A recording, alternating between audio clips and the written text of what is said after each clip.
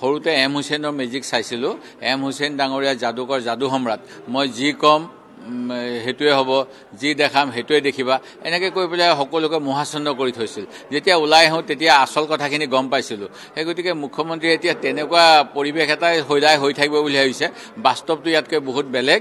সেই গতিকে তেখেতে এনেকুৱা ধৰণৰ কথাবিলাক কয়। তেখেতৰ যিটো ক্ৰিটিচিজম শুনিবলৈ তেখেতৰ ধৈৰ্য নাই, সাহস নাই, আৰু তেখেতে সেই গতিকেই এনেকৈ সকলোকে ভয়াতুৰ বুলি ভাবিছে, ভীতিগ্ৰস্ত কৰিব বিচাৰিছে।